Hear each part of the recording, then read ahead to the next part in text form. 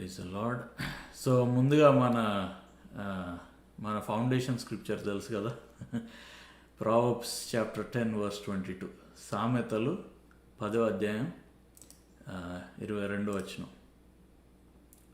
సామెతల గ్రంథం 10వ అధ్యాయం 22వ వచనం. యెహోవా ఆశీర్వాదము ఐశ్వర్యం ఇచ్చును, నరుల కష్టం చేత ఆశీర్వాదం ఎక్కువ అవ్వదు.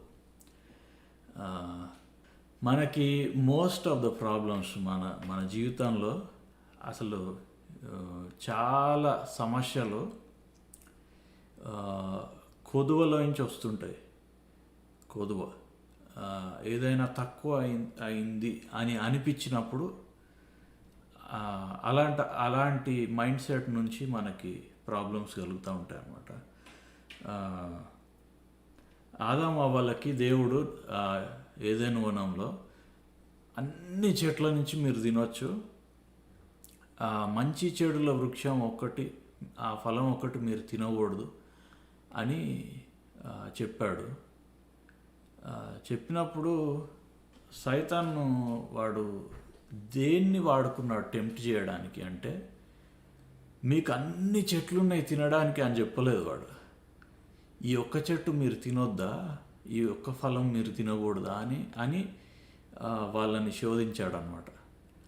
అంటే ఏదైనా మనకి లేదు అని అనిపించినప్పుడు దాంట్లో నుంచి శోధనలు కలుగుతూ ఉంటాయి, దాంట్లో నుంచి మనకి ప్రాబ్లమ్స్ వస్తూ ఉంటాయి అన్నమాట. సో అన్నీ దీనికే ముడిపడి ఉంటాయి. సో ఇప్పుడు మనకి యేసు ప్రభువులో, మన కొత్త నిబంధనలో ఏంటంటే, యేసు ప్రభువులో సమస్తము మనకి ఇచ్చేశాడు, అన్నీ ఇచ్చేశాడు. మన కీర్తనలు 23వ కీర్తన మనకు తెలుసు కదా, ఒకసారి చూద్దాము. 23వ కీర్తన 3వ వచనం ఏం చెప్తున్నాడు ఇక్కడ? నా ప్రాణమునకు ఆయన సేద తీర్చుచున్నాడు, తన నామమును బట్టి నీతి మార్గంలో నన్ను నడిపింపజేయుచున్నాడు. నా ప్రాణమునకు సేద తీర్చుచున్నాడు అంటే, ప్రాణం అంటే మన మైండ్ అన్నమాట, మన మైండ్, సోల్, అవర్ సోల్. ప్రాణానికి సేద తీర్చుచున్నాడు అంటే, ప్రాణానికి అంటే మన మైండ్లో మనకి కొరత ఉంది, లేమి ఉంది అనే ఆలోచన ఉన్నట్టయితే అక్కడి నుంచి సాతాను ప్రతిశోధన తీసుకొని వస్తాడు.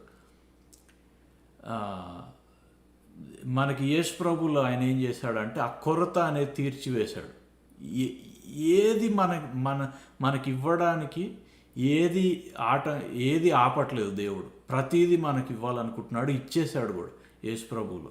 సమస్తం మనకి ఆయన ప్రొవైడ్ చేశాడు, ఆయన అందుబాటులో పెట్టాడు.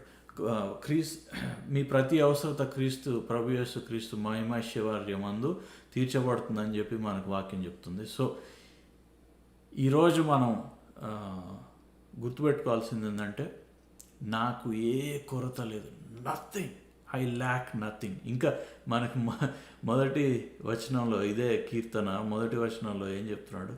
యెహోవా నా కాపరి, నాకు లేమి కలగదు. నాకు లేమి లేదు, నాకు అన్నీ ఉన్నాయి అన్నమాట. సో ఏదైనా లేదు అనేది మన ప్రాణంలో, అంటే మన మైండ్లో, మన ఆలోచనలో నాకు ఇది లేదు అనుకున్నప్పుడు అక్కడ శోధన కలుగుతూ ఉంటుంది.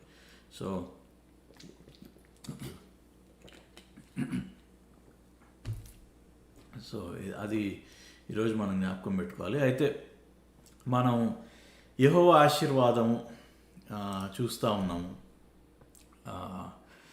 యెహోవా ఆశీర్వాదం ఎట్లా ఐశ్వర్యం ఇస్తుంది, ఎలా మనం బ్లెస్ చేయబడతాం అని మనం గత 4 వీక్స్గా మనం మాట్లాడుకుంటా ఉన్నాం. అబ్రహాము జీవితంలో ఎట్లా దేవుడు ఆయన వాగ్దానం ఇచ్చి ఎలా ఆయనను ఆశీర్వదిస్తూ వచ్చాడు అనేది మనం చూస్తూ ఉన్నాం. లాస్ట్ వీక్ మనము ఆయనకి 15వ అధ్యాయంలో నాకు కుమారులు, అంటే నాకు స్వాస్థ్యం లేదు, నాకు కొడుకులు లేరు, లేకపోతే నాకు పిల్లలు లేరు, నన్ను ఎంత దీవిస్తే ఏం లాభం అని చెప్పి అబ్రహాం అంటే, లేదు నిన్ను ఆశీర్వదిస్తున్నా అని చెప్పి దేవుడు చెప్పాడు. అక్కడ దాకా మనం చూసాం. సో ఆ తర్వాత ఏం జరిగిందో మనం ఈరోజు చూద్దాం. ఆదికాండం 15వ అధ్యాయం 5వ వచనం. Genesis chapter 15 verse 5. మరియు ఆయన వెలుపలికి అంటే దేవుడు అబ్రాహాం వెలుపలికి తీసుకొని వచ్చి, నీవు ఆకాశం వైపు తేరిచూచి నక్షత్రములను లెక్కించుటకు నీ చేతనైతే లెక్కించుమని చెప్పి నీ సంతానము అలాగునవునని చెప్పెను. సో నీకు గొప్ప సంతానం ఇస్తా, నిన్ను ఒక దేశంగా చేస్తా అని చెప్పి దేవుడు ఆయన ప్రామిస్ చేశాడు. తర్వాత 6వ వచనంలో, అతడు యెహోవాను నమ్మెను, అది అతనికి నీతిగా ఎంచెను. ఈరోజు నేను కొన్ని కీస్ ఇస్తున్నా మీకు, మనందరు గుర్తుపెట్టుకోవాల్సినవి. ఇవి మనం బైబిల్ చదివినప్పుడు, మనం వాక్యం వింటున్నప్పుడు ఇవి కొన్ని తాళపు చెవులు అన్నమాట. ఇవి కొన్ని బైబిల్లో ఉన్న మర్మాలని ఇవి ఓపెన్ చేస్తాయి. అంటే ఇప్పుడు మన కాలేజ్, హై స్కూల్, కాలేజ్ చదువుకున్న వాళ్ళకి తెలుస్తుంది. ఏంటంటే మనం సైన్స్లో ఇప్పుడు మనకు ఫిజిక్స్లో కొన్ని లాస్ ఉంటాయి కదా, మనకు ఆ ప్రాబ్లమ్స్ ఇచ్చినప్పుడు అది సాల్వ్ చేస్తుంటే అందులో ఈక్వేషన్లో, ప్రతి ఈక్వేషన్లో ఇప్పుడు కొన్ని కాన్స్టెంట్స్ ఉంటాయి. అంటే ఇప్పుడు ఈజ్ ఈక్వల్ టు mc² అని ఉంటుంది. అంటే అందులో సి ఏంటంటే కాన్స్టెంట్, అదేంటి వెలాసిటీ ఆఫ్ లైట్. అది అంటే వెలుగు ఎంత వేగంగా ప్రయాణిస్తుందో దాని స్పీడ్ అన్నమాట. అది మారదు, అది కాన్స్టెంట్గా ఉంటుంది.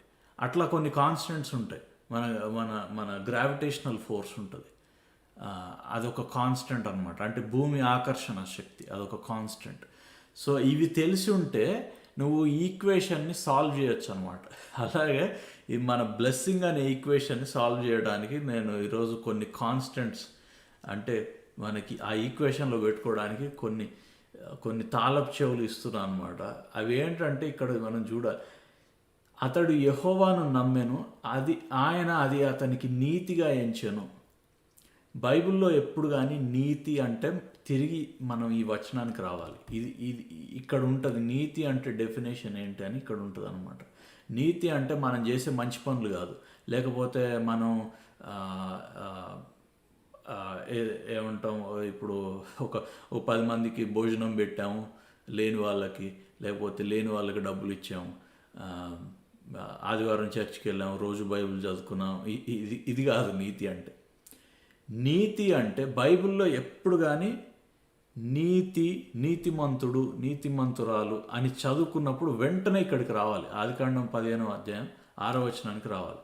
ఇక్కడ ఏంటి అంటే ఆయన అది నీతిగా ఏది నీతిగా ఎంచాడు? అబ్రహాము దేవుని నమ్మెను, అది అతనికి నీతిగా ఎంచబడింది అనమాట. పౌలు దీన్ని రోమిల్ రాసిన పత్రికలో దీన్ని మళ్ళీ ఆయన చెప్తాడు. దీన్ని గలతీయుల రాసిన పత్రికలో కూడా ఉంటుంది. అబ్రహాము దేవుని నమ్మెను, అది అతనికి నీతిగా ఎంచబడను. ఏమని నమ్మాడు? నీకు సంతానం ఇస్తాను అని నమ్మాడు. నీ సంతానం ద్వారా భూమి అందున్న సమస్త జనులు ఆశీర్వదింపబడతారు, అది నమ్మాడు అనమాట. నిన్ను ఆశీర్వదిస్తాను, అది నమ్మాడు. సో దేవుడు చెప్పిన మాట నువ్వు హృదయంలో నమ్మితే అది నీతిగా ఎంచబడుతుంది. నువ్వు నీతిమంతుడివి, అది నీతిగా ఎంచబడుతుంది అనమాట. హల్లెలూయా.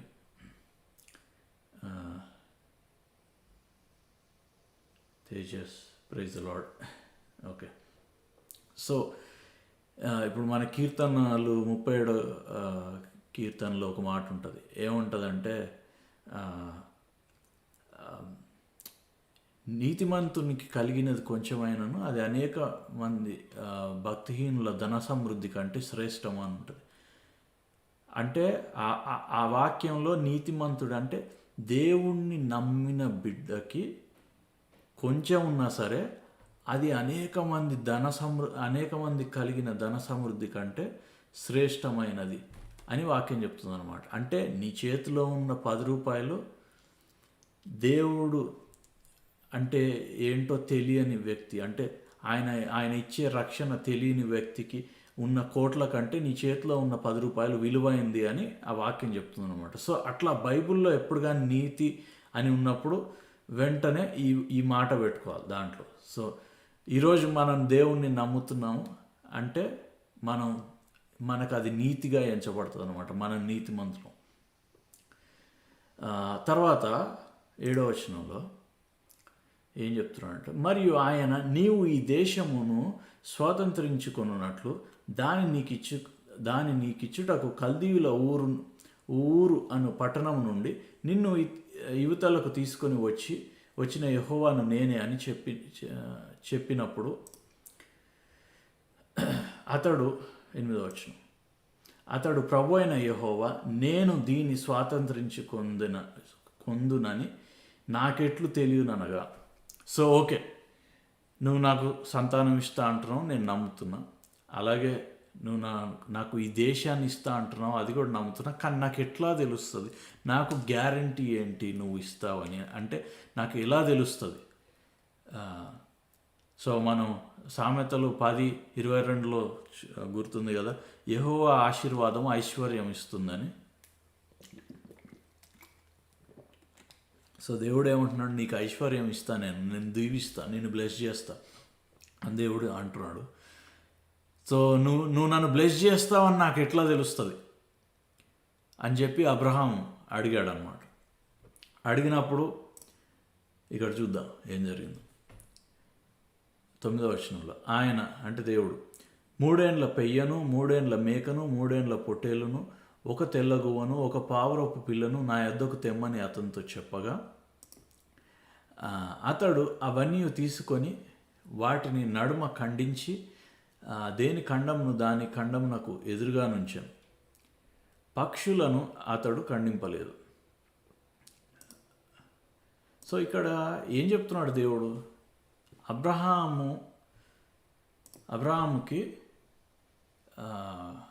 అడిగాడు దేవుణ్ణి, నువ్వు నన్ను బ్లెస్ చేస్తావని నాకు ఎట్లా తెలుస్తుంది, నేను ఎలా నమ్మాలి నువ్వు నన్ను బ్లెస్ చేస్తావని. ఈరోజు మనం వారం మాట్లాడుకుంటున్నాం కదా, దేవుడు బ్లెస్ చేస్తాడు అని. ఇది ఏదో బాగానే ఉంది, వినటానికి బాగానే ఉంది, నాకు ఎట్లా కలుగుతుంది, ఈ బ్లెస్సింగ్ నాకు ఎట్లా కలుగుతుంది అని మనకు అనిపించవచ్చు. ఇక్కడ దేవుడు మనకు చెప్తున్నాడు అనమాట, మనకు బ్లెస్సింగ్ కలుగుతుందని గ్యారంటీ ఏంటి అని దేవుడు మనకు చెప్తున్నాడు. ఏం చెప్పాడు అబ్రహాం కంటే, నువ్వు 3 ఏండ్ల పెయ్యను, 3 ఏండ్ల మేకను, 3 ఏండ్ల పొట్టేలును, 1 తెల్లగు అంటే పెయ్య అంటే దూడ కదా. సో ఈ జంతువుల్ని తీసుకురా అని చెప్పాడు దేవుడు. అవి తీసుకురమ్మని చెప్పాడు. అబ్రహాం మాత్రం తెచ్చి వాటిని సంహరించి వాటిని చంపేసి నిలువుగా వాటిని కోసి అక్కడ పెట్టాడంట. అదేంటి, దేవుడు వాటిని దెమ్మని చెప్పాడు, ఈయన ఎందుకు వాటిని కోసి అదంతా ఎందుకు చేశాడంటే, ఆ రోజుల్లో ఎవరైనా 2 కుటుంబాలు 2 కుటుంబాలు ఆ రోజుల్లో ఉన్న ట్రెడిషన్ అన్నమాట అది. ఏదైనా ఒక 2 కుటుంబాలు లేదంటే ఒక 2 స్నేహితులు లేదంటే ఒక 2 సహోదరులు ఎవరైనా సరే, ఒక 2 వ్యక్తులు వచ్చి వాళ్ళు నీ దగ్గర ఇదిగో నీ దగ్గర ఫలానా నీ దగ్గర చాలామంది దాసులు ఉన్నారు, నీ దగ్గర సోల్జర్స్ అంటే సైనికులు ఉన్నారు, నా దగ్గర ఆస్తులు ఉన్నాయి, భూములు ఉన్నాయి, మన ఇద్దరం కలిసి ఉందాం, కలిసి ఉంటే మనల్ని ఎవరు ఆపలేరు అని చెప్పి ఫ్రెండ్స్ కానీ లేదంటే ఫ్యామిలీ కుటుంబంలో వ్యక్తులు కానీ 2 కుటుంబాలు ఎక్కువ మటుకు 2 కుటుంబాలు ఇలా చేసుకుంటారు అనమాట. వాళ్ళు ఒకరినొకళ్ళు కలుసుకొని ఇట్లా ఈ జంతువుల్ని తీసుకొని వచ్చి వాటిని ఖండించి అంటే వాటిని చంపేసి వాటిని నేల మీద పెట్టి ఇది ఒక ప్రాసెస్ వాళ్ళు చేసుకునే వాళ్ళు. ఇది ఏంటంటే దీన్ని కవనెంట్ అంటారు, నిబంధన అన్నమాట.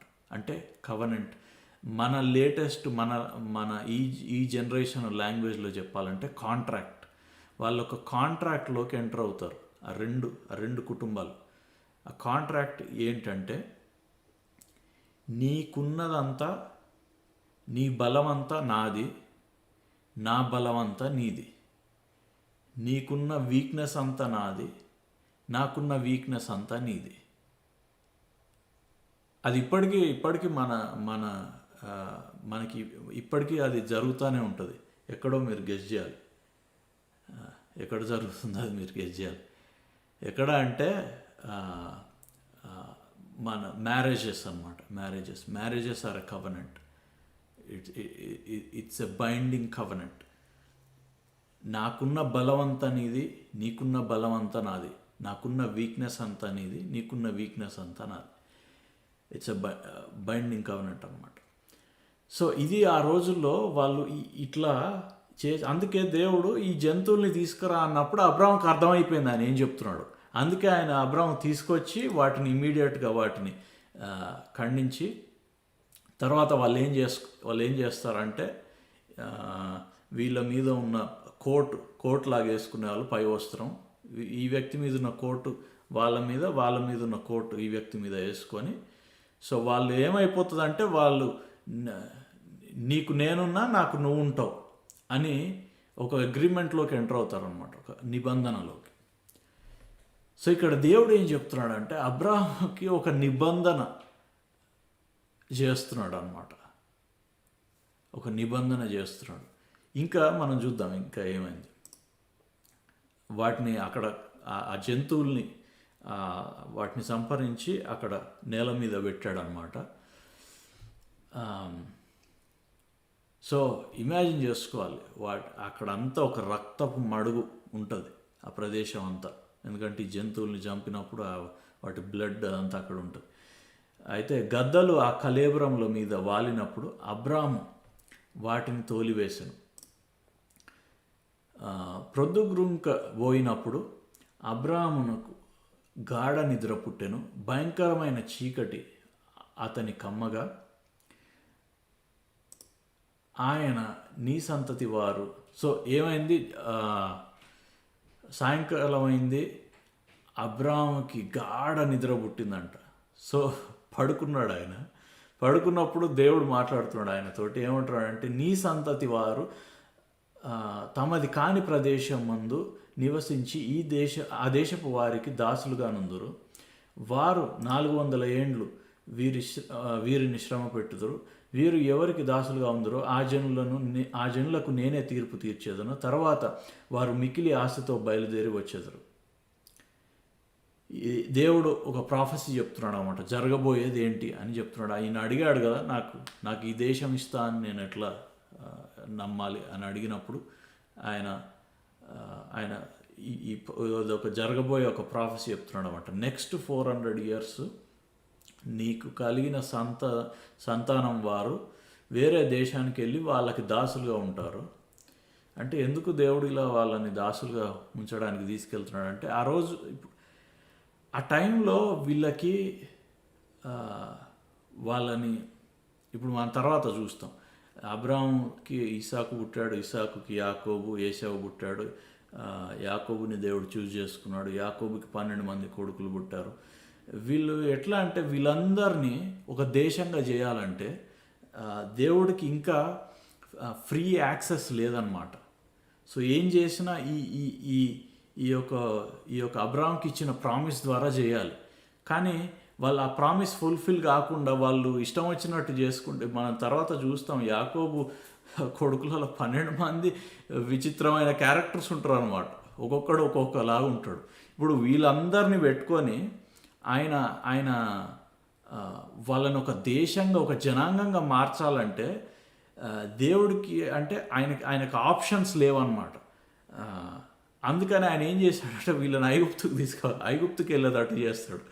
ఐగుప్తుకి వెళ్ళి అక్కడ వాళ్ళు చాకరీ చేసుకుంటూ వాళ్ళకి ఇంకా వేరే పనే ఉండదు అనమాట. అక్కడ వాళ్ళు అంటే వాళ్ళ కుటుంబాలు చెల్లాచెదరు అయిపోకుండా దేవుడు కావాలని తీసుకెళ్ళి ఒక దగ్గర పెడతాడనమాట. ఒక దగ్గర పెట్టి వారిని, లేదంటే వీళ్ళని వదిలేస్తే వీళ్ళు ఇష్టం వచ్చినట్టు చేసుకుంటూ పోతారు, నేను ప్రామిస్ ఫుల్ఫిల్ చేయలేను అంటే. అప్పటికి యేసు ప్రభు బలియాగం పూర్తవ్వలేదు, పరిశుద్ధాత్మ రాలేదు. సో వీళ్ళందరినీ ఒక దగ్గర పెట్టాలంటే ఆయన ఆయన ఆ ప్రాసెస్ గుండా వెళ్ళాల్సి వస్తుంది అనమాట. సో అందుకనే వాళ్ళని ఐగుప్తుకి వెళ్ళడానికి ఆయన ఎలవ్ చేశాడు, ఐగుప్తుకి వెళ్ళేటట్టు చేశాడు. అక్కడ వాళ్ళు 4 తరాలు వాళ్ళు వెట్టి చాకిరీ చేసిన తర్వాత ఆ ప్రాసెస్లో ఏమైపోయారంటే వాళ్ళు మల్టిప్లై అయ్యారు. అందరూ ఒక దగ్గరే ఉండి ఫ్యామిలీస్ వాళ్ళు వాళ్ళు యాకోబు సంతానం ఐగుప్తుకి వెళ్ళినప్పుడు 70 మంది. మోషే వాళ్ళని బయటికి తీసుకొని వచ్చినప్పటికి దాదాపు 2-3 కొంతమంది చెప్పడం అయితే 6 లక్షల మంది దాకా అయ్యారని చెప్పేసి అంటూ ఉంటారు. సో అది జరిగించడానికి ఈ ప్రాసెస్ అంతా అనమాట. తర్వాత అబ్రాహాం చెప్తాను, నీవు క్షేమముగా నీ పితరుల యొద్దకు పోయేదవు, మంచి వృద్ధాప్యమందు పాతి పెట్టబడదు. తర్వాత 17వ వచనం. సో ఇదంతా జరుగుతున్నప్పుడు, ఈ దేవుడు ఇదంతా మాట్లాడుతున్నప్పుడు ఒక పక్కేమో ఈ ఈ యొక్క ఈయన బలి ఇచ్చిన, అంటే ఈయన బలి చేసిన బాడీస్ అన్నీ ఉన్నాయి, ఆ జంతువులు. ఇంకో పక్క ఈయనకు నిద్ర వచ్చిందంట, ఈయన వండుకున్నాడు. ఈయన వండుకుంటే ఈయనకి కలలో దేవుడు మాట్లాడుతున్నాడు ఇవన్నీ. తర్వాత నేను ఇదంతా ఎందుకు చెప్తున్నాను, నేను చెప్తాను. మరియు ప్రొద్దుగుకి కటిక చీకటి పడినప్పుడు రాజుచున్న పొయ్యియు అగ్ని జ్వాలయు కనబడి ఆ ఖండముల మధ్య నడిచిపోయాను. ఇది చాలా ఇంపార్టెంట్ అండి, ఇది చాలా ఇంపార్టెంట్, అండర్లైన్ చేసుకోండి. నేను ఇందాక చెప్పా కదా, ఇప్పుడు ఇద్దరు వ్యక్తులు కవనెంట్లోకి ఎంటర్ అవుతున్నప్పుడు, అంటే ఒక నిబంధనలోకి ఎంటర్ అవుతున్నప్పుడు ఏం చేస్తారంటే వాళ్ళు ఈ ప్రామిసెస్ వాళ్ళు చేసుకొని, ఇందాక నేను చెప్పా కదా, నావంతా నీది నీదంతా నాది అనే ప్రామిసెస్ చేసుకొని ఆ బాడీస్ ఈ బలి ఇచ్చిన యానిమల్ ఆ జంతువుల ఆ బాడీస్ని బలిచ్చారు కదా, వాటి మధ్యలో నడుచుకుంటూ వెళ్తారు అన్నమాట. ఇద్దరు ఏం చేస్తారంటే అటు ఇటు నిలబడతారు, నిలబడి ఇట్లా ఇటు నుంచి నడుచుకుంటూ వెళ్తారు. అది ఏంటంటే ఇలా 8 ఆకారంలో ఉంటుంది అనమాట. అలా నడుస్తారు వాటి మధ్యలోంచి. ఇంకా చెప్పాలంటే అది మన మ్యాథమెటిక్స్లో ఇన్ఫినిటీ సింబల్ మనకు తెలుసు కదా. సో అట్లా వాటి మధ్యలో నడుచుకుంటూ వెళ్తారు. అది వెళ్ళినప్పుడు అది ఏమవుతుందంటే ఆ రక్తంలో నడిచినప్పుడు ఆ రక్తం వాళ్ళని ఆ కవనెంట్కి, ఆ నిబంధనకి బైండ్ చేస్తుంది అన్నమాట. సో ఇక్కడ అయితే ఇప్పుడు దేవుడు ఏం చెప్పాడు, మనం నిబంధనలోకి వద్దాము, సో ఈ జంతువులు తీసుకురా అని చెప్పి అబ్రాహాము అవి తీసుకొచ్చి అవి కట్ చేసి అక్కడ పెట్టాడు. తర్వాత చూడండి దేవుడు ఏం చేశాడంటే అబ్రాహాముకి నిద్ర కలిగేటట్టు చేశాడనమాట. అబ్రాహాం వండుకున్నాడు. అబ్రాహాం వండుకొని దేవుడు రాజుచున్న పొయ్యి, అంటే ప్రైజ్ ది లార్డ్, హల్లెలూయా, రాజుచున్న పొయ్యి. ఇప్పుడు దేవుడు అక్కడ రెండు సంగతులు అక్కడ చూశాడు అనమాట. 2 వాటిని అబ్రాహాం చూశాడు. ఒకటేమో రాజుచున్న పొయ్యి, ఇంకొకటేమో అగ్నిజ్వాల. 2 చూశాడు. ఏంటి అదంటే తండ్రి అయిన దేవుడు రాజుచున్న పొయ్యిలోంచి ఏమో ఒక పొగ అనమాట, ఒక పొగ వస్తుంది. అంటే అది దేవుని మహిమ, ఒక మేఘం లాగా అనమాట, ఒక పిల్లర్ ఆఫ్ క్లౌడ్. ఇప్పుడు పొయ్యిలో నుంచి ఇట్లా పొగ వస్తుంటుంది కదా, ఆ అగ్ని మన మేఘం, ఒక మేఘం లాగా, పొగలాగా అనమాట. ఇంకొక పక్క అగ్నిజ్వాల, అంటే ఒక అగ్నిస్తంభం లాగా. దేవుడే, తండ్రి అయిన దేవుడు, కుమారుడైన దేవుడు అబ్రాహాముని నిద్రపోమ్మని చెప్పి అబ్రాహాముని పడుకోబెట్టి తండ్రి అయిన దేవుడు, కుమారుడైన దేవుడు ఆ కవనెంట్ చేసుకున్నారు. అబ్రాహాముని బ్లెస్ చే అబ్రాహామునికి ఈ దేశం ఇస్తాను అని చెప్పి దేవుడు తనకు తానే ప్రామిస్ చేసుకున్నాడు అనమాట. ఇది చాలా ఇంపార్టెంట్, ఇది గుర్తుపెట్టుకోండి. అంటే నాకు తెలుగులో చెప్పడం కొంచెం కష్టం అవుతుంది, ఎందుకంటే ఇవన్నీ చిన్నప్పటి నుంచి ఇంగ్లీష్ బైబుల్ చదవటం అలవాటు. సో మీకు అర్థమవుతుంది అనుకుంటా. దేవుడే తనకు తాను నిబంధన చేసుకున్నాడు, అబ్రాహాముని పడుకోబెట్టేశాడు ఈ ప్రాసెస్లో. సో అబ్రాహాము యొక్క ఆశీర్వాదం మన జీవితాల్లో కలగాలంటే ఈ యొక్క నిబంధనలో మన పని ఏంటి? పండుకోవటమే, రెస్ట్ తీసుకోవడమే అన్నమాట మన పని. Complete rest. మనకి నువ్వు చేయవలసింది ఏమి లేదు నువ్వు ఆశీర్వదింపబడటానికి. కంప్లీట్ రెస్ట్ అన్నమాట, కంప్లీట్ రెస్ట్. అంటే నేను జాబులు మానేసి ఇంట్లో కూర్చొని రోజంతా పడుకోమని చెప్పట్లేదు, అది ఫిజికల్ రెస్ట్ కాదు నేను అనేది. అంటే నిన్ను పోషించుకునే రెస్పాన్సిబిలిటీ నీది కాదు, నీ కుటుంబాన్ని పోషించుకునే రెస్పాన్సిబిలిటీ నీది కాదు. ఆ రోజు ఆయన ఏం చెప్పాడంటే అబ్రాహాంకి, నువ్వు పడుకో, ఈ నిబంధన ఈ కవనెంట్ ఫుల్ఫిల్ చేసే బాధ్యత నాది. కాబట్టి ఆయనను పడుకోబెట్టి దేవుడు నడిచాడు. అంటే పని దేవుడు చేస్తాడు, నిన్ను ఆశీర్వదించే పని ఆయన చేస్తాడు. నువ్వు మాత్రం రెస్ట్లో ఉండు. ఆయన చేసే కార్యం మీద నువ్వు నమ్మిక ఉంచి నువ్వు రెస్ట్లో ఉండు. అలా ఉన్నప్పుడు ఈ కవనెంట్ అనేది పనిచేస్తుంది అన్నమాట. సో అట్లా దేవుడు ఆయనకి ప్రామిస్ చేశాడు. 18వ వచనం మనం చూద్దాం. ఆదినమందే యెహోవా ఐగుప్తు నది మొదలుకొని గొప్ప నది అయిన యూఫ్రటీస్ నది వరకు ఈ దేశమును, అనగా కేనీయులను, కనిజీయులను, కద్మోనీయులను, హిత్తీయులను, పెరిజీయులను, రెఫాయియులను, అమోరీయులను, కానానీయులను, గిర్షాయులను, అంటే అక్కడున్న దేశాలన్నీ, అక్కడున్న ఊర్లన్నీ, ఆ దేశం అంతా నీకు ఇస్తా అని చెప్పేసి అబ్రాహాముకి ప్రామిస్ చేశాడు. ఇప్పుడు సో ఇది అర్థమైంది కదా. సో ఇప్పుడు మనం దీన్ని బట్టి మిగతా బైబిల్ అంతా ఉంటుందన్నమాట. ఇందాక చెప్పా కదా, కొన్ని తాళపు చెవులు ఇస్తా అని. ఈ వాగ్దానం అంటే వాగ్దానం కాదు, వాగ్దానం ఆయన చేశాడు అబ్రాహాంకి, ప్రామిస్ ఇచ్చాడు. ఆ ప్రామిస్ ఇస్తే సరిపోదండి. ఆ ప్రామిస్ ఫుల్ఫిల్ చేయటానికి నీ దగ్గర ఆ సత్తా ఉండాలి. సో దేవుడి దగ్గర ఆ సత్తా ఉందన్నమాట. సో ఒక నిబంధన, ఒక కాంట్రాక్ట్ ఆయన చేసుకున్నాడు అబ్రాహాముతోటి. మిగతా బైబిల్ అంతా ఈ నిబంధన ఆధారపడి ఉంటుంది. సో ఎక్కడ కానీ అబ్రహాము దేవుడు, ఇస్సాకు దేవుడు, యాకోబు దేవుడు అని బైబిల్లో ఉన్నప్పుడు ఈ నిబంధన గురించి వాళ్ళు మాట్లాడుతున్నారు అన్నమాట. So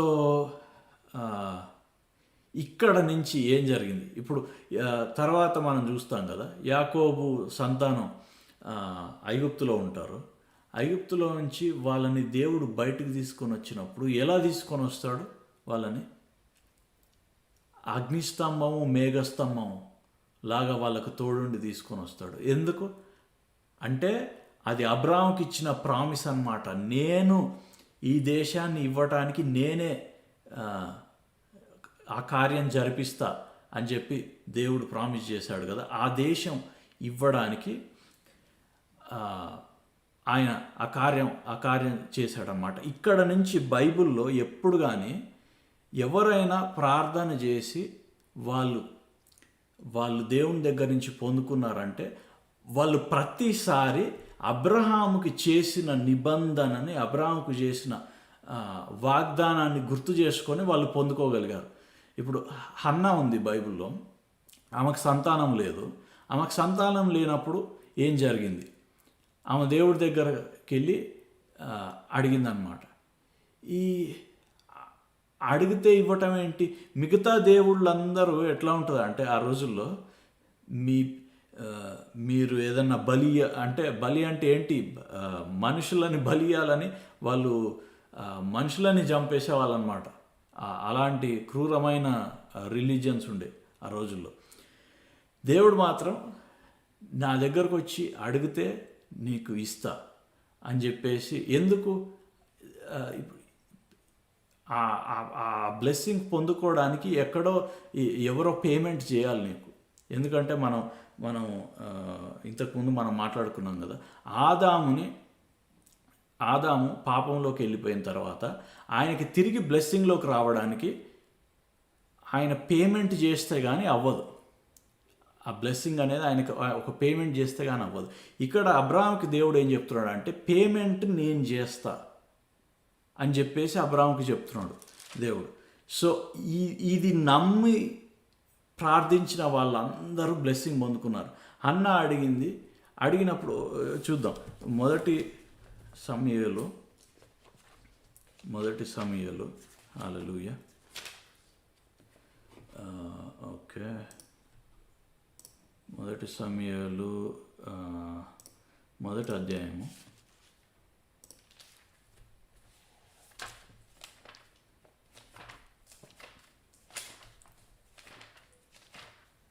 'Praise the Lord, praise the Lord.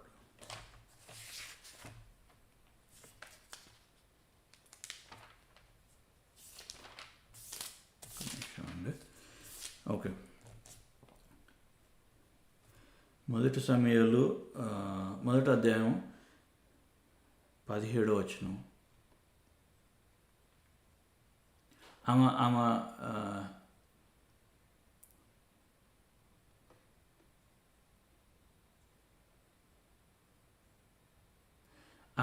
ఆమె దేవుని మందిరానికి వెళ్ళి అక్కడ ఆమె వేడుకుంటుంది, నాకు బిడ్డలు లేరు, నాకు బిడ్డలు ఇవ్వు అని చెప్పేసి అక్కడ యాజకుడు ఏలి అనే యాజకుడు ఉంటాడు కదా, ఆయన ఆమెను చూసి 13వ వచనంలో ఆమె పెదవులు మాత్రం కదులుచుండి ఆమె స్వరము వినబడకయుండను గనుక ఏలి ఆమె మత్తురాలై ఉన్నది అనుకొని, ఇంతవరకు నీవు మత్తురాలవై ఉందువు, నీవు ద్రాక్షారసంను నీ యొద్ద నుండి తీసి వేయమని చెప్పగా, అన్న అది కాదు, నా ఏలినవాడ, నేను మనోదుఃఖము గలదాననై ఉన్నాను. నేను ద్రాక్షారసం నైనను మద్యపానం నైనను మద్యమునైనను పానము చేయలేదు. నా ఆత్మ యెహోవా సన్నిధిని కుమ్మరించుకొనుచున్నాను. తర్వాత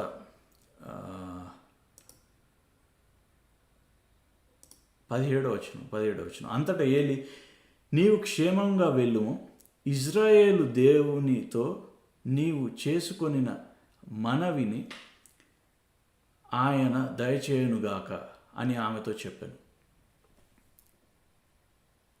ఇక్కడ ఆయన ఏం చెప్తున్నాడు? ఇజ్రాయేలు దేవునితో అన్నప్పుడు వెంటనే మనం అబ్రహాము, ఇస్సాకు, యాకోబు దగ్గరికి రావాలన్నమాట. ఇజ్రాయేలు దేవునితో అంటే ఆ దేవునితో నీవు చేసుకున్న మనవిని ఆయన దయచేయను గాక అని చెప్పలేదు. ఊరిక దేవునితో అని చెప్పలేదు. దేవుడు నీకు ఇస్తాడు అని చెప్పలేదు. ఇజ్రాయేలు దేవునితో అంటే ఆయన నిబంధనను బట్టి ఇస్తాడనమాట. మనకి కూడా ఒక నిబంధన చేయబడింది. ఈ యొక్క కవెనెంట్ దీన్ని తర్వాత ఆయన కంప్లీట్ చేశాడు. అప్పుడు జంతువుల్ని సాక్రిఫైస్ చేశాడు.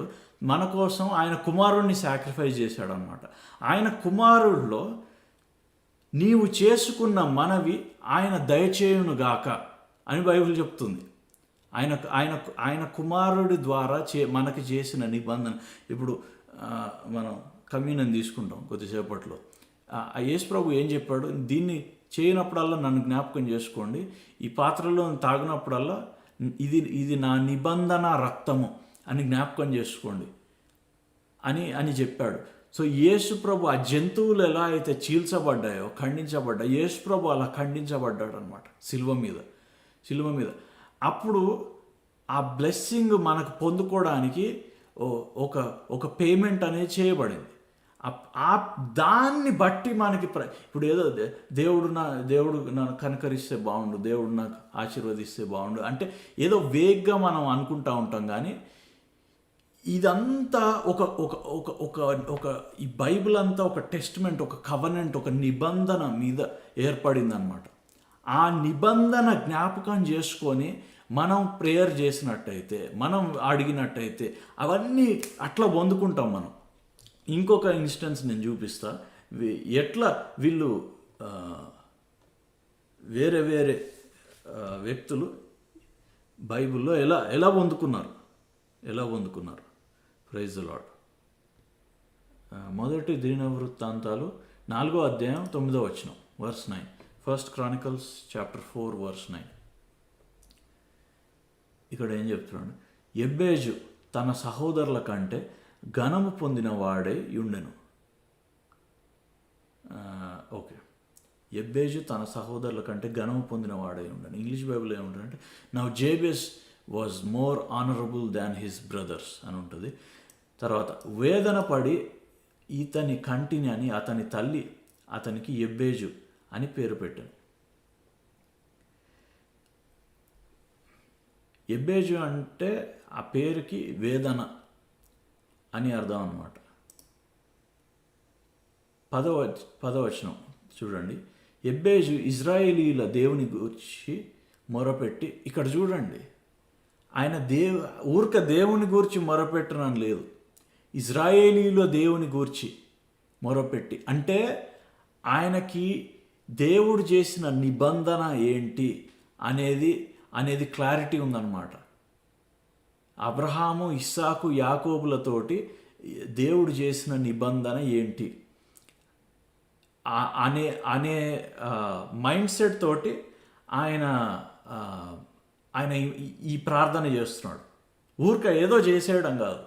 దేవుడు ఎట్లా ఇస్తాడు నీకు? ఇప్పుడు అబ్రహాం అడిగాడు కదా, నాకు ఈ దేశం ఇస్తా అని నాకు ఎట్లా తెలుస్తుంది? ఈ దేశం నాకు ఎలా ఇస్తావు అంటే దేవుడు, ఇప్పుడు మనకు కూడా చాలా ప్రామిసెస్ ఉన్నాయి బైబిల్లో.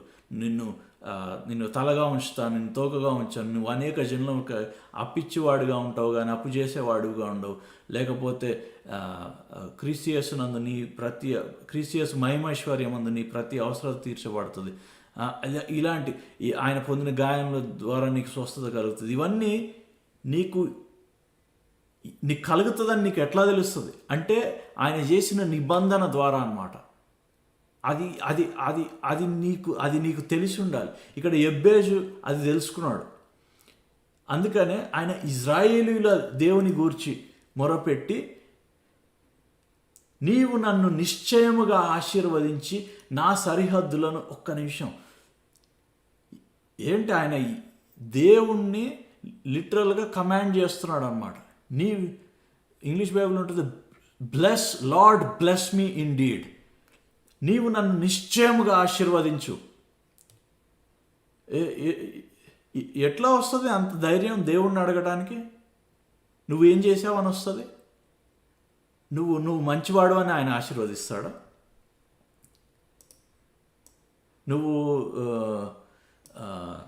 నువ్వు ఏదో గొప్ప పనులు చేసావని ఆశీర్వదిస్తాడా? లేకపోతే సంఘంలో ఇంత నేను కానుకలు ఇచ్చానని ఆశీర్వదించాలా? ఎందుకు ఆశీర్వదించాలి ఆయన మనల్ని? ఎందుకంటే ఆయన ఇజ్రాయేలుకు చేసిన నిబంధన ఆయన మర్చిపోడు. అది యేసు ప్రభువులో ఆ నిబంధన మనకి కంప్లీట్ చేశాడనమాట.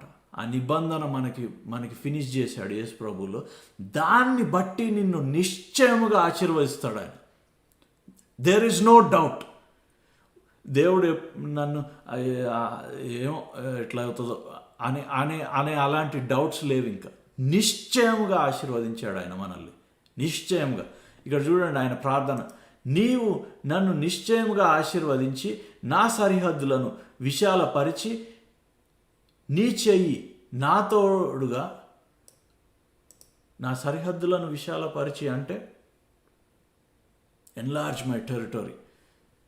అంటే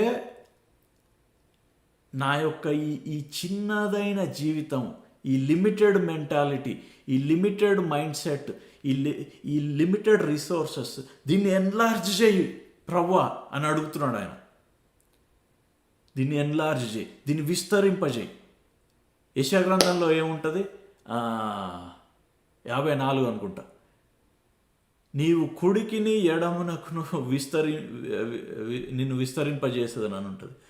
తర్వాత నీ చెయ్యి నా తోడుగా ఉండ దయచేసి, నీ చెయ్యి నాకు తోడుగా అంటే నేను వెళ్ళే ప్రతి చోట నువ్వు నన్ను గైడ్ చేయి. నేను తీసుకునే ప్రతి నిర్ణయంలో నువ్వు నాకు తోడుగా ఉండు. నాకు కీడు రాకుండా దానిలో నుండి నన్ను తప్పించుము అని కీడు రాకుండా నువ్వు నీ జీవితం సాఫీగా జరగాలంటే, ఊరిక కీడు, శోధనలు, సాతాను ఆటంకాలు కలుగుతున్నాయంటే నువ్వు ఇజ్రాయిలుల దేవుని గురించి మొరబెట్టుకోవట్లేదు. అంతే బాటమ్ లైన్ అనమాట. అంటే నీ మైండ్లో, నీ ఆలోచనలలో ఇజ్రాయిల్ దేవుడు అంటే ఏంటి? మళ్ళీ మనకి వాగ్దానం చేసి మనకు నిబంధన చేసిన దేవుణ్ణి నువ్వు జ్ఞాపకం చేసుకోవట్లేదు అని అర్థం అన్నమాట. ఎప్పుడైతే ఆయన నిబంధనని, ఆయన సాక్రిఫైస్ని, ఆయన చేసిన ప్రామిస్ని నువ్వు జ్ఞాపకం చేసుకొని దాన్ని బట్టి నువ్వు వేడుకుంటావు. ఇక్కడ చూద్దాం. ఇంకా కీడు రాకుండా దానిలో నుండి నన్ను తప్పించుము అని ప్రార్థింపగా దేవుడు అతడు మనవి చేసిన దానిని అతనికి దయచేసాను. 2 వచనాలు ఉన్నాయి ఈయన గురించి. ఆయన పుట్టినప్పటి నుంచి కొంతకాలం వరకు ఆయన ఐడెంటిటీ వేదన పడిన వాడిలాగా ఉంది. ఆయన ఐడెంటిటీ శ్రమపడిన వాడిలాగా ఉంది. జనాలు ఆయనను చూడటం శ్రమ పొందిన వాడిలాగా చూస్తున్నారు, వేదన పడేవాడిలాగా చూస్తున్నారు. ఒక్క వచనంలో, one verse, all it took was one prayer. ఒక్క ప్రార్థనలో ఆయన జీవితం మారిపోయింది. ఏంటి ఆయన గురించిన టెస్టిమనీ? 9వ వచనంలో, యెబ్బేజు తన సహోదరుల కంటే ఘనం పొందినవాడు.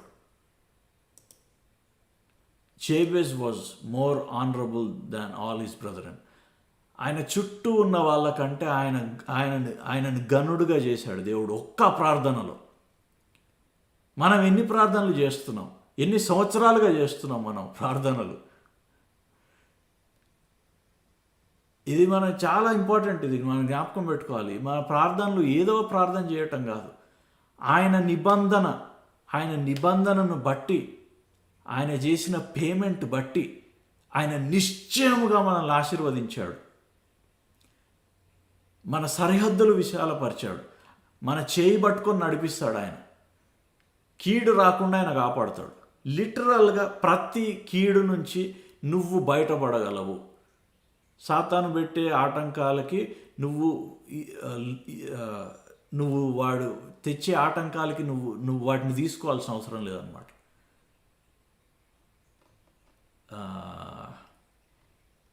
యోహాను రాసిన మొదటి పత్రిక 3వ అధ్యాయము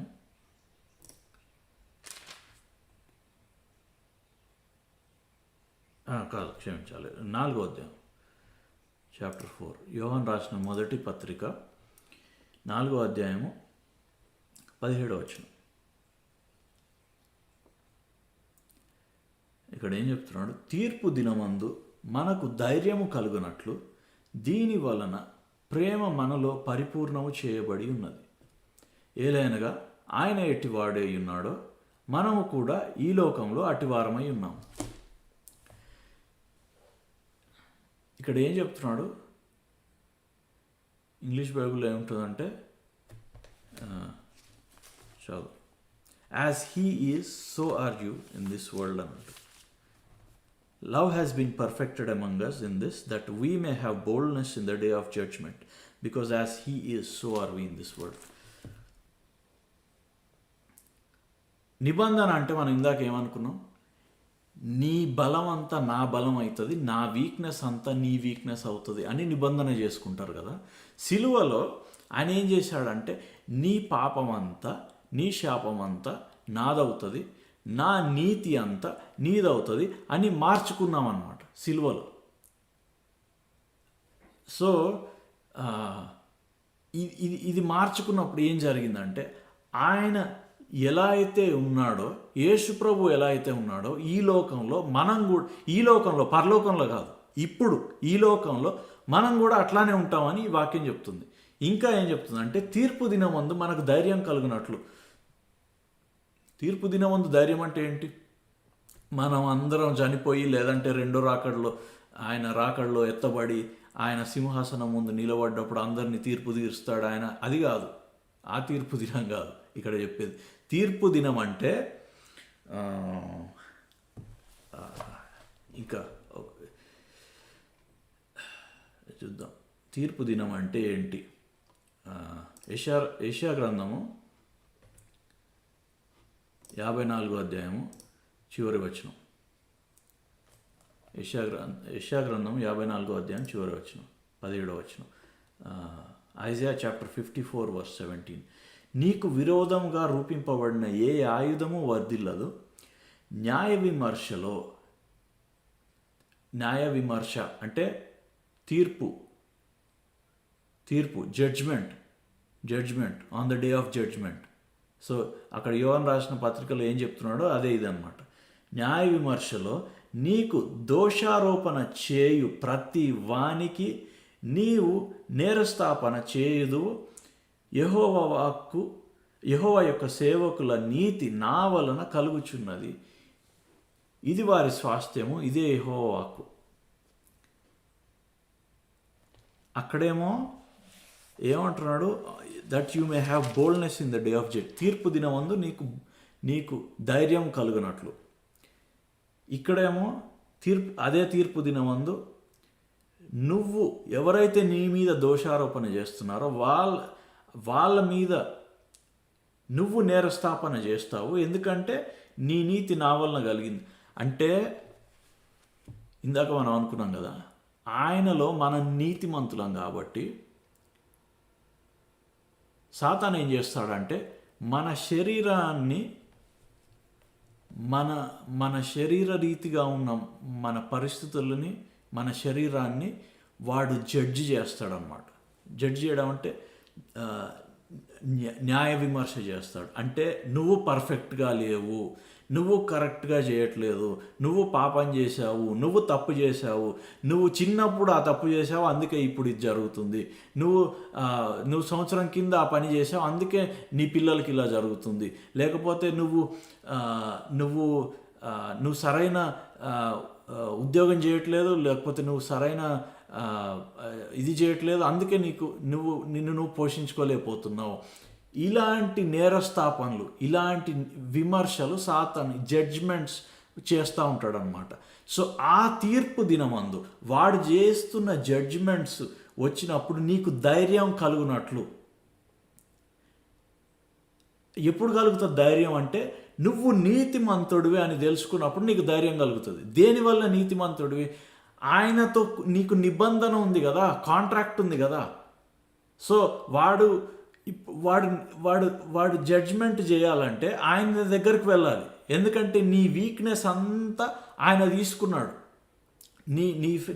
నీ ఫాల్ట్స్ అంతా ఆయన తీసుకున్నాడు.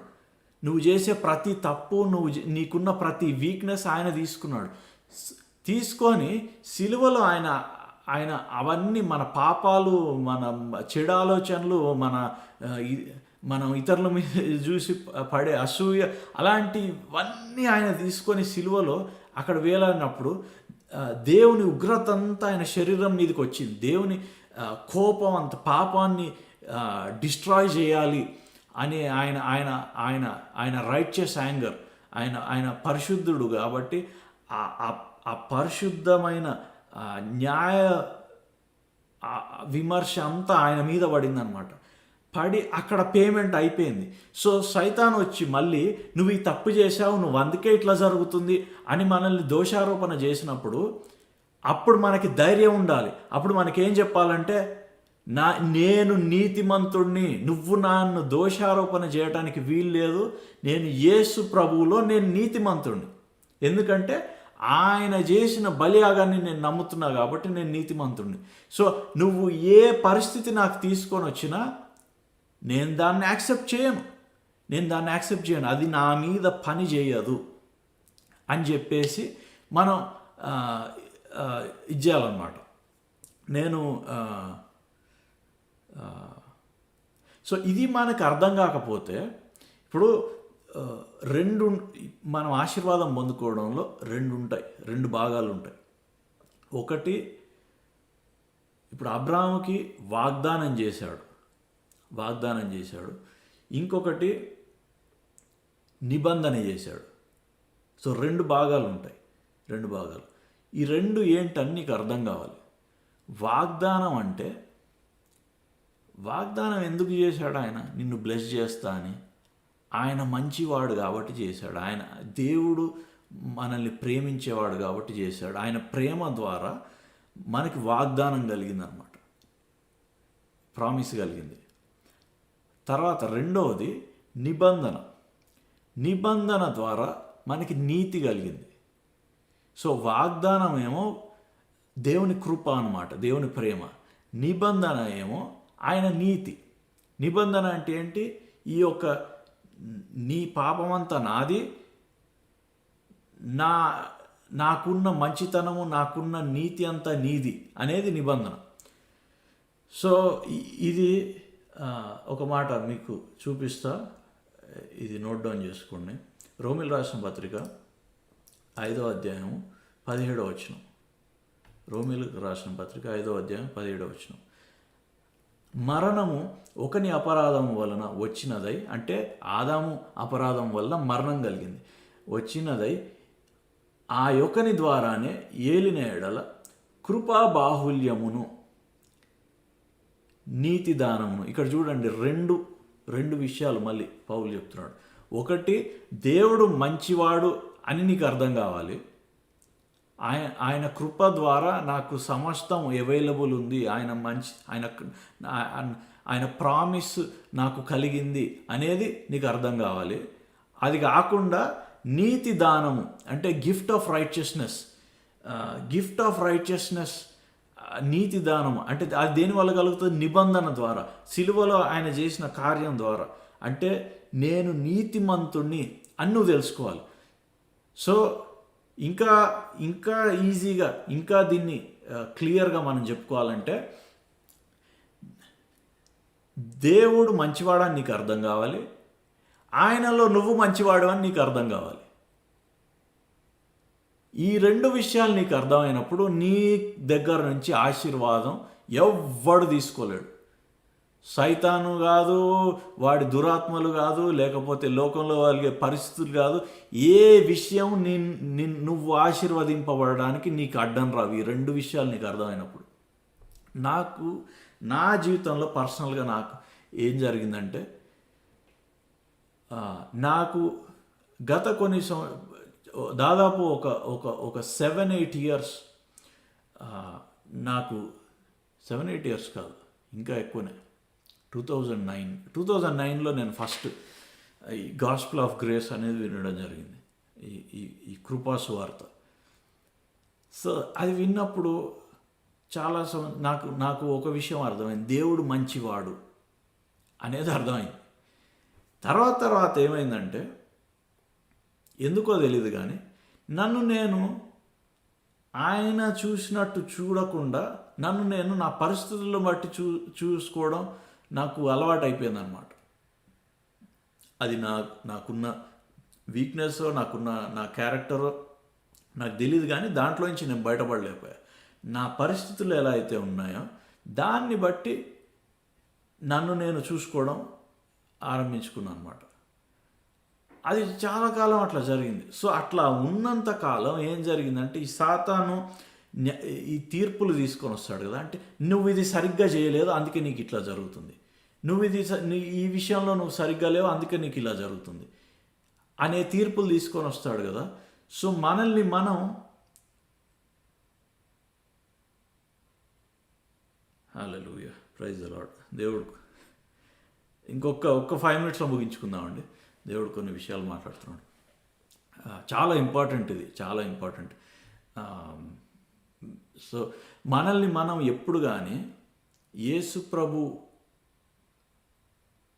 ఇప్పుడు మన జీవితం మనం పుట్టిన దగ్గర నుంచి మనం చనిపోయేదాకా రేపు పొద్దున ఏ తప్పు చేస్తామో మనకు తెలియదు.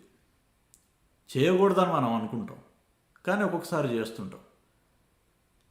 సో మనం పుట్టిన దగ్గర నుంచి మనం చనిపోయేదాకా ప్రతి తప్పు, ప్రతి వీక్నెస్, ప్రతి పాపము, ప్రతి శాపము టోటల్గా యేసు ప్రభు సిలువలో ఆయన తీసుకున్నాడు. అదంతా ఆయన తీసుకొని ఆయనకున్న నీతి, ఆయనకున్న మంచితనం, ఆయనకున్న నీతి టోటల్గా నీకు ఇచ్చేశాడు. సో ఆయన నీ తప్పులన్నీ ఆయన తీసుకున్న తర్వాత కూడా నీకు కలిగిన నాకు డబ్బు లేదు, నాకు మంచి జాబ్ లేదు, నాకు ఆస్తి లేదు, లేకపోతే నాకు హోదా లేదు, లేకపోతే నాకు ఆరోగ్యం లేదు, నా శరీరం ఎప్పుడు ఇట్లనే ఉంటుంది అని నువ్వు అలా ఐడెంటిఫై చేసుకున్నంత కాలము సాతాను తీసుకొచ్చే జడ్జ్మెంట్స్, సాతాను తీసుకొచ్చే ఏమనుకున్నాం తెలుగులో ఏమనుకున్నాం ఇందాక? జడ్జ్మెంట్స్ అంటే తీర్పులు. సో సాతాను తీసుకొచ్చే ప్రతి తీర్పును నువ్వు యాక్సెప్ట్ చేస్తావు. ఎందుకంటే నువ్వు అట్లా ఐడెంటిఫై నువ్వు అలా చూసుకుంటున్నావు కదా. సో అప్పుడు ఏమంటా, అరే నువ్వు సరిగ్గా చేయలేదు అందుకే నీకు ఇలా జరుగుతుంది అని అన్నప్పుడు అవును కరెక్టే అని ఆ తీర్పు నీ మీదకి వస్తుంది అనమాట. దానివల్ల సాతాను నీ జీవితంలో ప్రతి ఆటంకం తీసుకొని వస్తాడు.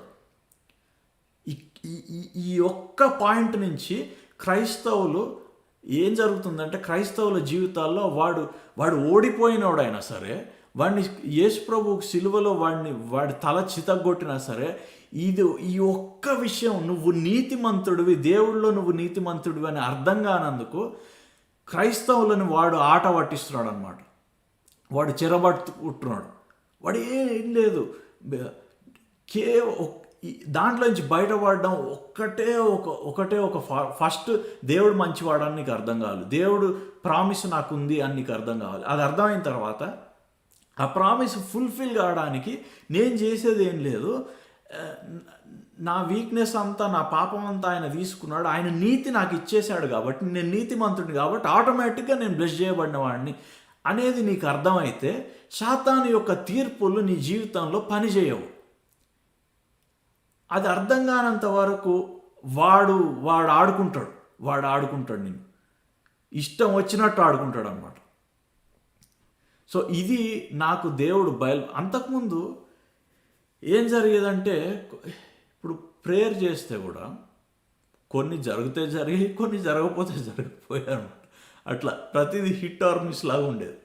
అయినా కూడా సరే ప్రభా నువ్వు నాకు ప్రామిస్ చేసావు అనే హోప్ అయితే, ఆ నిరీక్షణ అయితే ఉండేది. నాకు తర్వాత కొన్ని విషయాలు మా జీవితంలో జరిగినప్పుడు దేవుడు ఈ వాగ్దానాలు నేను పట్టుకున్నందుకు ఇది నెరవేరాలి, లేకపోతే నేను దీన్ని వదిలేయాలి. ఈ మధ్యలో ఊగులాడటం నా వల్ల కాదు అని నేను డిసైడ్ చేసుకొని, ప్రభా నువ్వు చెప్పిన ప్రామిస్ తండ్రి, నువ్వు ఇచ్చిన వాగ్దానం అబద్ధం కాదు, అది నాకు తెలుసు. నేను దాన్ని పొందుకోలేకపోతున్నా అంటే ప్రాబ్లం ఎక్కడ నాకు చూపించు అని అన్నప్పుడు దేవుడు ఈ విషయం, ఈ రైచియస్నెస్, గిఫ్ట్ ఆఫ్ రైచియస్నెస్, నీతి, ఆయనలో మనం నీతిమంతులం అనేది, అంటే దేవుడు నిన్ను ఎలా చూస్తున్నాడు. ఆయన ఏమన్నాడంటే, నేను నీ పరిస్థితులతో పాటు నిన్ను చూడట్లేదు, నేను నా కుమారుల్లో చూసుకుంటున్నా, యేసు ప్రభువులో నిన్ను చూసుకుంటున్నా, ఆయన ఎట్లయితే ఉన్నాడో నువ్వు కూడా అలానే ఉన్నావు అని చెప్పేసి ఆయన ధనవంతుడు, యేసు ప్రభు ధనవంతుడు కాబట్టి నువ్వు ధనవంతుడివి. యేసు ప్రభు శరీరంలో ఏమన్నా అనారోగ్యత ఉందా? లేదు, కాబట్టి నువ్వు ఆరోగ్యవంతుడివి. ఇది నాకు ఆయన బయలుపరిచిన తర్వాత ఇమ్మీడియట్గా చిన్న చిన్న విషయాల్లో కూడా నేను అవి అది పనిచేయడం నేను చూశాను అనమాట. ఒకసారి ఏం జరిగిందంటే, నేను ఇది ఇంతకుముందు చెప్పాను లేదు, బట్ చెప్పినా కూడా మళ్ళీ చెప్తాను. ఒకసారి ఏం జరిగిందంటే, నేను ఐరన్ చేసుకుంటున్నా, స్నానానికి వెళ్ళే ముందు ఐరన్ చేసుకుంటున్నాను అనమాట నా షర్ట్. ఆఫీస్కి వెళ్ళాలి, తొందరలో ఇస్త్రీ చేసుకుంటా ఉన్నా. ఈ ఈ టీ షర్ట్ తీసేసి నా షార్ట్ ఒకటే వేసుకొని చేసుకుంటా అనమాట. ఆ తొందరలో ఏమైందంటే ఆ ఇస్త్రీ పెట్ట వచ్చి కరెక్ట్గా నా పొట్ట మీద ఇక్కడ తగిలింది అనమాట. ఇట్లా తగిలింది. తెలుసు కదా ఇస్త్రీ పెట్ట కాలితే ఎలా ఉంటుంది. సో ఇక అట్లా విపరీతమైన మంట. ఇమ్మీడియట్గా ఇది నాకు ఈ విషయాలు అర్థమైన తర్వాత అనమాట, ఇమ్మీడియట్గా నా నోట్లో నుంచి వచ్చిన మాట ఏంటంటే, అది ఇప్పుడు అదొక తీర్పు అనమాట. అదొక జడ్జ్మెంట్. అంటే నువ్వు నిప్పులో చేయి పెడితే కాలుతుంది అనేది ఈ లోకంలో ఉన్న జడ్జ్మెంట్.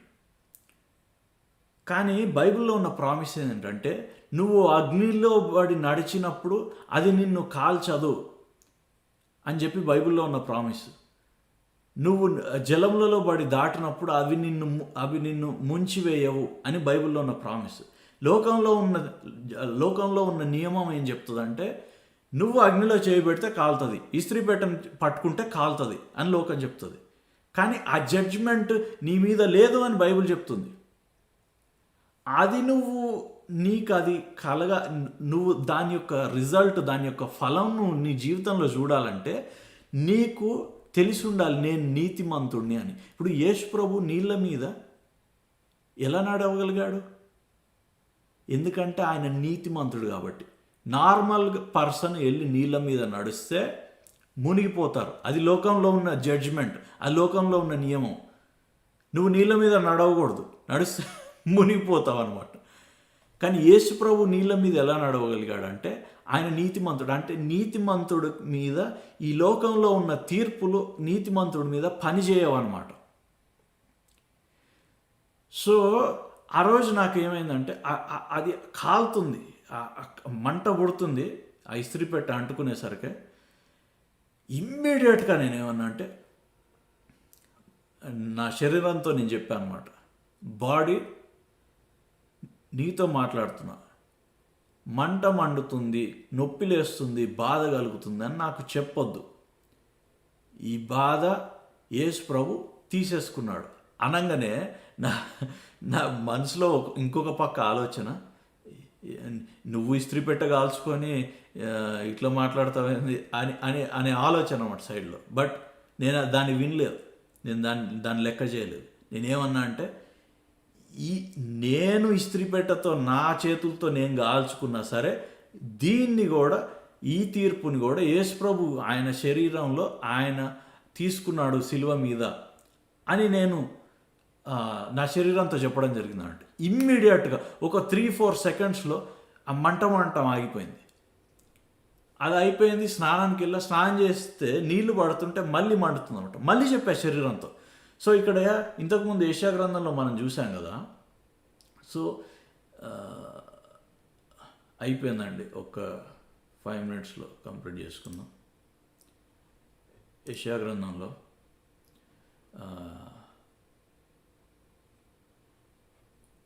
54వ అధ్యాయం 17వ వచనం, నీకు విరోధముగా రూపింపబడిన ఏ ఆయుధము వర్ధిల్లదు, న్యాయ విమర్శలో నీకు దోషారోపణ చేయు ప్రతి వానికి నీవు నేరస్థాపన చేసి.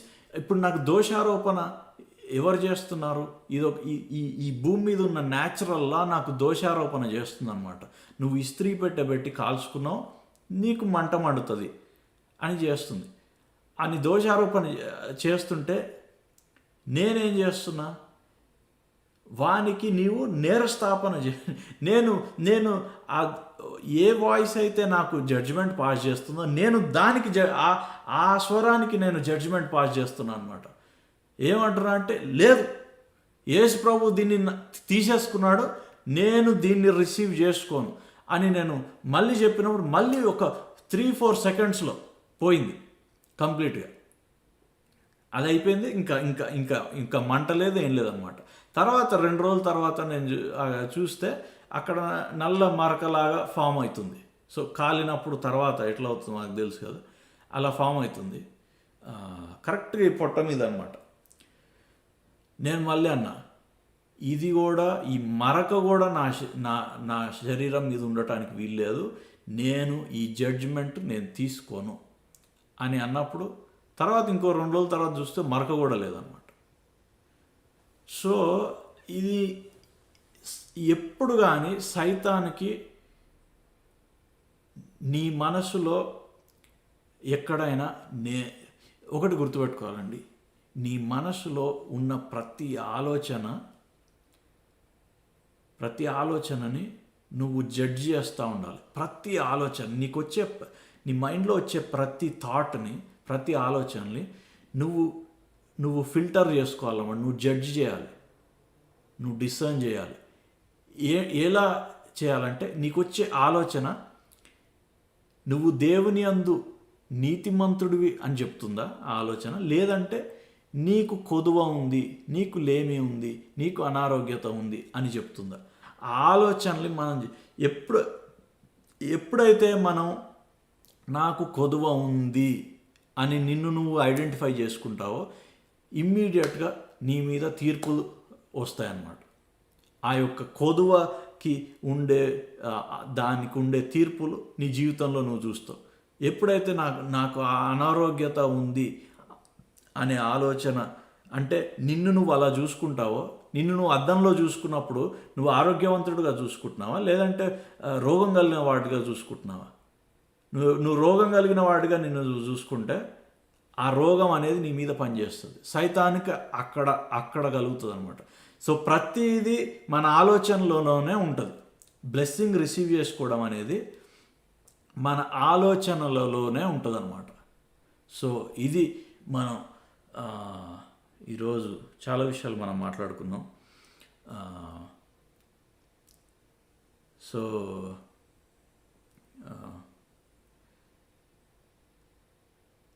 Praise the Lord. ఒక్క మాట చూపించాలని నాకు ప్రేరేపణ కలుగుతుంది.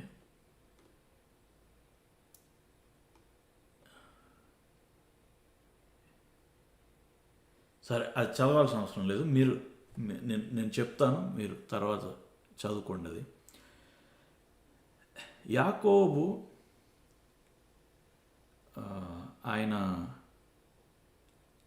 ఆయన వాళ్ళ మామ దగ్గర 14 ఏళ్ళు పని చేస్తాడు. ఆయనకి భార్యలు, ఆయనకి పిల్లలు, వాళ్ళందరూ ఆయన విస్తరింపబడుతూ ఉంటాడు. ఆయనకనే చాలా పెద్ద ఆస్తి కలుగుతుంది. ఇదంతా తీసుకొని తిరిగి మళ్ళీ కానాను దేశానికి వెళ్తూ ఉంటాడు. ఆ దారిలో ఆయన అన్న ఏశావు ఎదురు వస్తున్నాడని తెలిసి రాత్రి ఒక దగ్గర వాళ్ళు ఒక క్యాంప్ వేసుకొని అక్కడ ఉంటారు. మనందరికీ తెలిసిన స్టోరీనే ఇది. అక్కడ ఉన్నప్పుడు ఆయన కుటుంబం అంతా ఒక దగ్గర పెట్టి ఈయన ఒక్కడు ఒక దగ్గర ఉంటాడు అన్నమాట.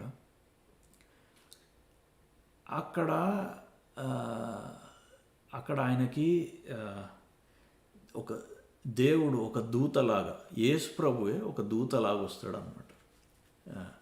ఇంగ్లీష్ బైబిల్లో the angel of the lord అని క్యాపిటల్ ఏ ఉంటుంది.